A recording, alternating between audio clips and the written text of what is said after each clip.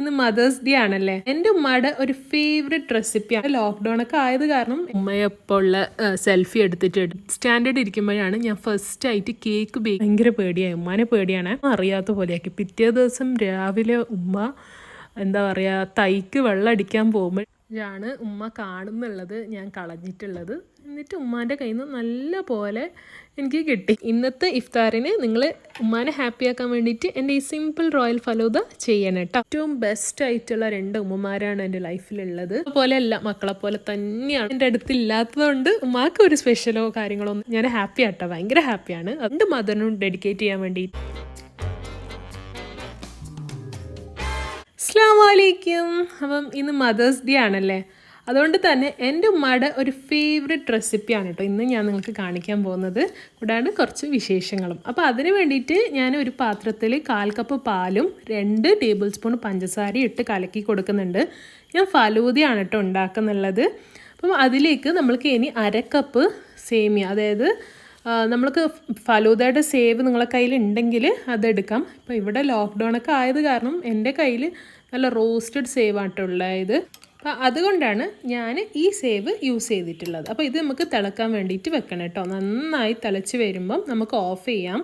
എന്നിട്ട് നമുക്കിത് ഊറ്റിയെടുക്കണം. പിന്നെ നിങ്ങളൊന്നും ആരും പേടിക്കണ്ട കേട്ടോ, ഈ പാല് ഞാൻ കളയൂല. ഈ പാല് നമ്മൾ ഫലൂദ ഉണ്ടാക്കാൻ പോകുന്ന ആ പാലിലേക്കാണ് നമ്മൾ ഈ പാലിനെ ഊറ്റിയെടുക്കുന്നുള്ളത്. അപ്പോൾ നമ്മൾ എന്താ പറയുക, നമ്മൾ ഈ പാലിനെ കളയുന്നില്ല കേട്ടോ. അപ്പോൾ പാലിൽ നമ്മൾ എന്താ പറയുക, സേമിയ നമ്മൾ ഇത് വേവിച്ചെടുത്താൽ നല്ല ടേസ്റ്റ് ആയിരിക്കും. വെള്ളത്തിനെക്കാട്ടും കൂടുതൽ ടേസ്റ്റ് പാലിൽ സേമിയ വേവിക്കുമ്പോഴാണ്.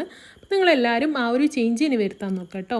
ഇനി നമുക്ക് ഫലൂദ ഉണ്ടാക്കാൻ വേണ്ടിയിട്ട് പാത്രം വെക്കാം. അപ്പോൾ നമ്മുടെ അതേ സേവ് നമ്മൾ വേവിച്ച അതേ പാത്രത്തിൽ തന്നെയാണ് ഞാൻ ഫലൂദ ഉണ്ടാക്കുന്നുള്ളത്. ഇനി ഇതിലേക്ക് ഞാൻ ആഡ് ചെയ്യുന്നുള്ളത് 1 ലിറ്റർ പാലാണ് കേട്ടോ. ഇനി ഈ പാല് നമ്മൾക്ക് ഇത് 3/4 ലിറ്റർ ആകുന്നത് വരെ നമുക്ക് ഇതിനെ എന്താ പറയുക, തിളപ്പിച്ചെടുക്കണം. അതിലേക്ക് ഞാൻ 1/2 കപ്പ് പഞ്ചസാരയും ആഡ് ചെയ്തിട്ടുണ്ട്.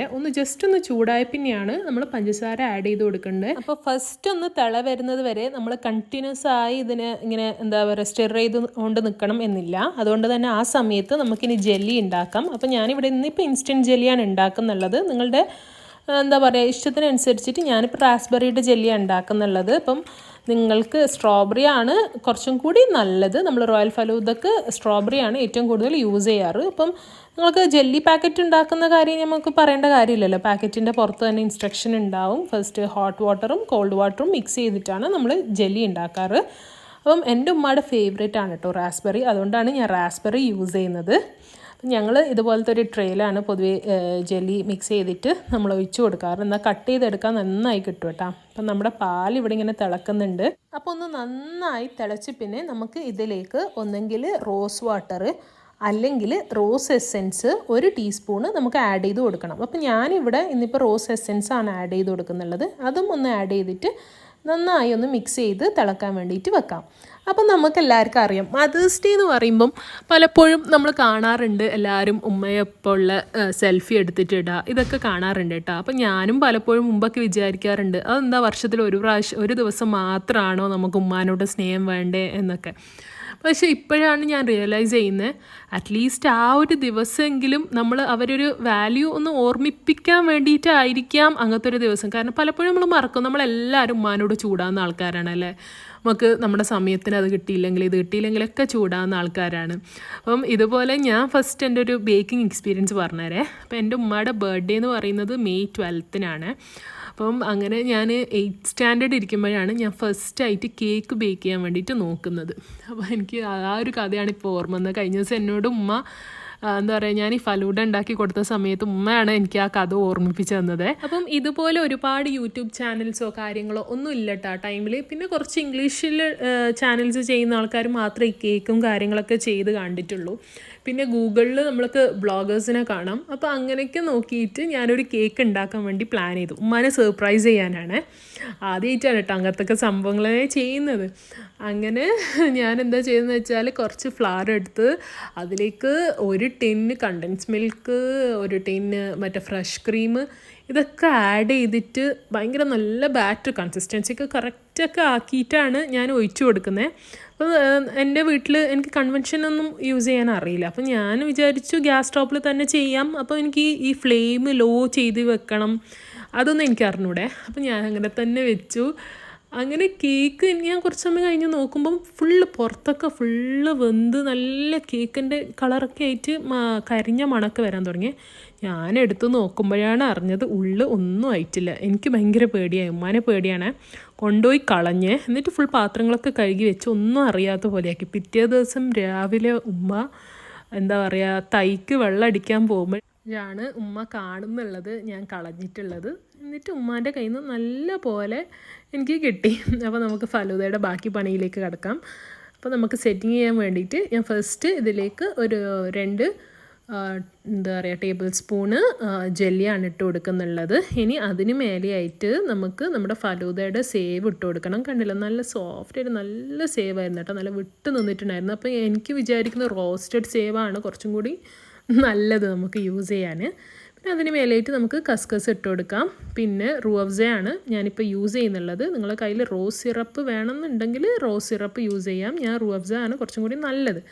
പിന്നെ നമ്മുടെ ഫലൂദയുടെ നമ്മൾ നേരത്തെ ബോയിൽ ചെയ്ത് വെച്ച ഫലൂദ മിൽക്കില്ലേ, റോസ് മിൽക്ക് ഒന്ന് ആഡ് ചെയ്ത് കൊടുക്കുക. റോസ് മിൽക്ക് അല്ല കേട്ടോ, നമ്മൾ ശരിക്കും പറഞ്ഞാൽ റോസ് മിൽക്ക് ആക്കിയിട്ട് ഫലൂദയുടെ ഇത് ചെയ്യരുത്.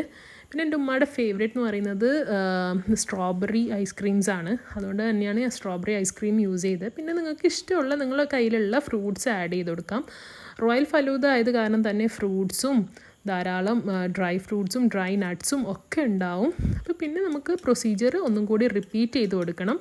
ഇനി നമുക്ക് എന്താ ചെയ്യേണ്ടതെന്ന് വെച്ചാൽ ഇതിൻ്റെ മേലേക്ക് വീണ്ടും കുറച്ച് നമ്മുടെ ഫലൂദയുടെ മിക്സ് ആഡ് ചെയ്ത് പിന്നെ നമുക്ക് വാനില ഐസ്ക്രീമാണ് ശരിക്കും നമ്മുടെ ഫലൂദക്ക് കോമ്പിനേഷന്, അതും കൂടി ആഡ് ചെയ്ത് പിന്നെ നട്ട്സ് ആഡ് ചെയ്ത് കൊടുക്കാം.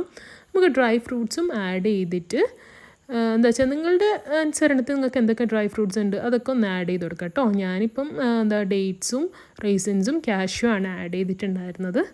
ഇത്രയും ആഡ് ചെയ്ത് ജസ്റ്റ് ഒന്ന് ഡെക്കറേറ്റ് ചെയ്തിട്ട് ഉമ്മാക്ക് കൊണ്ടുകൊടുക്കാം. അപ്പം ഇന്നത്തെ ഇഫ്താറിന് നിങ്ങൾ ഉമ്മാനെ ഹാപ്പി ആക്കാൻ വേണ്ടിയിട്ട് എൻ്റെ ഈ സിമ്പിൾ റോയൽ ഫലൂദ ചെയ്യണം കേട്ടോ.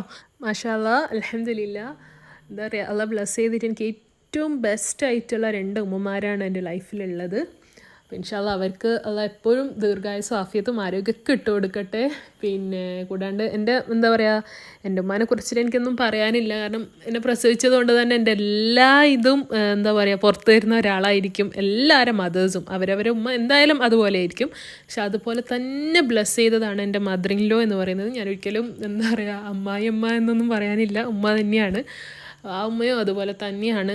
എന്താ വെച്ചാൽ അത്രക്കും മരുമക്കളെ പോലെ അല്ല, മക്കളെ പോലെ തന്നെയാണ് നോക്കുന്നുള്ളത്. അൽഹംദുലില്ലാ, ഞാൻ ഒരുപാട് ഹാപ്പിയാണ് ആ കാര്യത്തിലും. അപ്പം പക്ഷേ ഇപ്പോൾ ഉമ്മ എൻ്റെ അടുത്തില്ലാത്തതുകൊണ്ട് ഉമ്മാക്ക് ഒരു സ്പെഷ്യലോ കാര്യങ്ങളോ ഒന്നും എനിക്ക് ചെയ്ത് കൊടുക്കാൻ പറ്റിയിട്ടില്ല.